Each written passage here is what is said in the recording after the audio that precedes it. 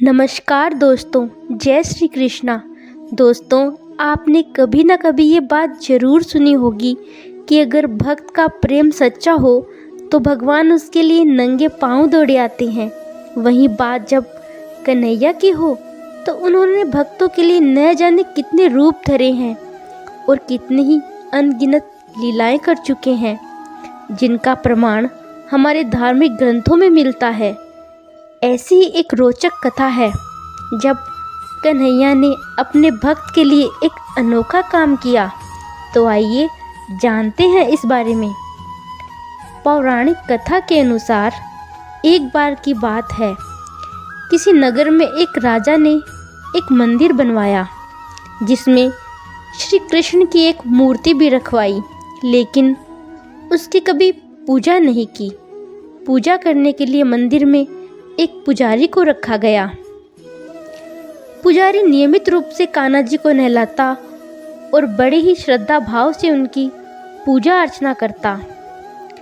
राजा भी रोज कान्हा जी के लिए एक फूलों की माला भेज देता और जब वह दर्शन करने आता तो पुजारी उस माला को उतारकर राजा को पहना देता। ऐसा करते करते पुजारी की भी उम्र बीत चुकी थी।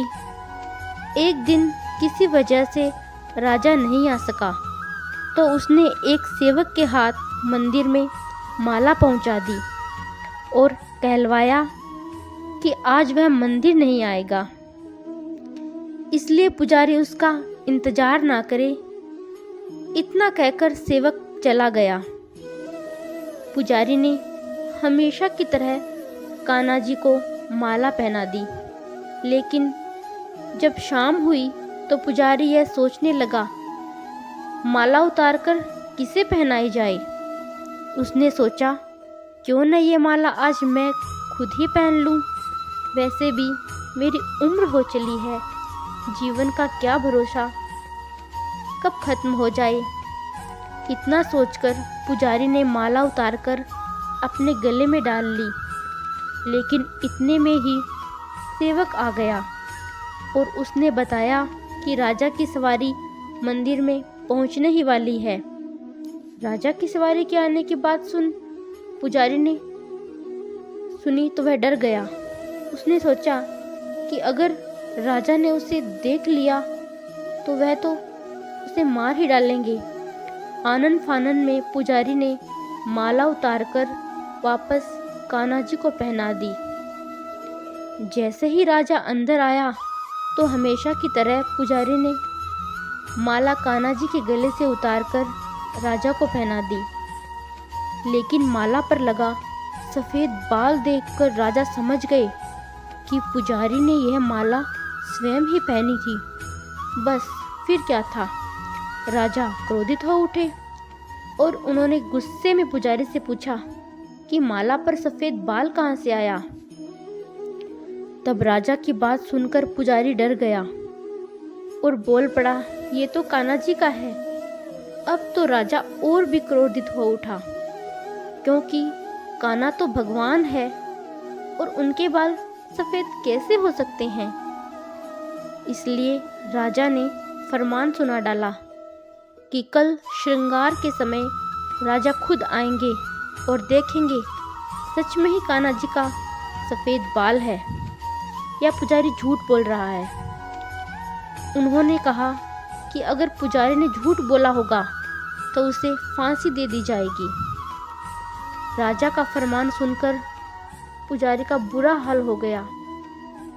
उसने सोचा, अब क्या करें, कहाँ जाए, अब तो उसका मरना तय है। तब रोते रोते वह भगवान के शरण में पहुंचा और उनसे कहा कि हे केशव, मुझसे झूठ बोलने का अपराध तो हुआ है, लेकिन हो सके तो मुझे क्षमा कर दें और राजा से रक्षा करें। पुजारी ने कहा कि हे माधव, आपकी सेवा करते करते मैं वृद्ध हो गया हूँ, अब आप मुझे माफ़ कर दीजिए, ऐसी गलती दोबारा नहीं होगी। यही कहते कहते पुजारी की न जाने कब आँख लग गई और उसकी आँख तब खुली जब सुबह हो चुकी थी। उधर सुबह होते ही राजा भी आ गया और कहने लगा, आज कान्हा जी का श्रृंगार वह खुद करेगा। ऐसा कहकर जैसे ही राजा ने कान्हा जी का मुकुट उतारा तो देखा कि श्री कृष्ण के तो सारे बाल ही सफेद हैं। लेकिन राजा को फिर भी यकीन नहीं हुआ। उसे लगा कि शायद फांसी के डर से पुजारी ने ही बालों को रंग दिया होगा। राजा ने सोचा कि क्यों न कान्हा जी का एक बाल तोड़कर देखा जाए। इसके बाद राजा ने कान्हा जी का एक बाल तोड़ लिया, लेकिन जैसे ही बाल टूटा, कान्हा जी के सिर से खून की धारा बहने लगी। यह देखकर राजा भगवान के चरणों में गिर माफी मांगने लगा। तब श्री कृष्ण की मूर्ति से आवाज आई, हे राजन, तुमने मुझे केवल मूर्ति ही समझा, इसलिए आज से मैं तुम्हारे लिए केवल मूर्ति मात्र ही रहूँगा। लेकिन पुजारी ने सच्चे मन से और पूरी श्रद्धा से मेरी भक्ति की है, इसलिए उसकी अनन्य भक्ति को देखकर मुझे अपने बाल सफ़ेद करने पड़े। कान्हा जी ने कहा कि भक्ति में कभी संशय नहीं होना चाहिए और सच्चे भक्त की लाश तो मैं कभी जाने ही नहीं देता। जय श्री कृष्ण।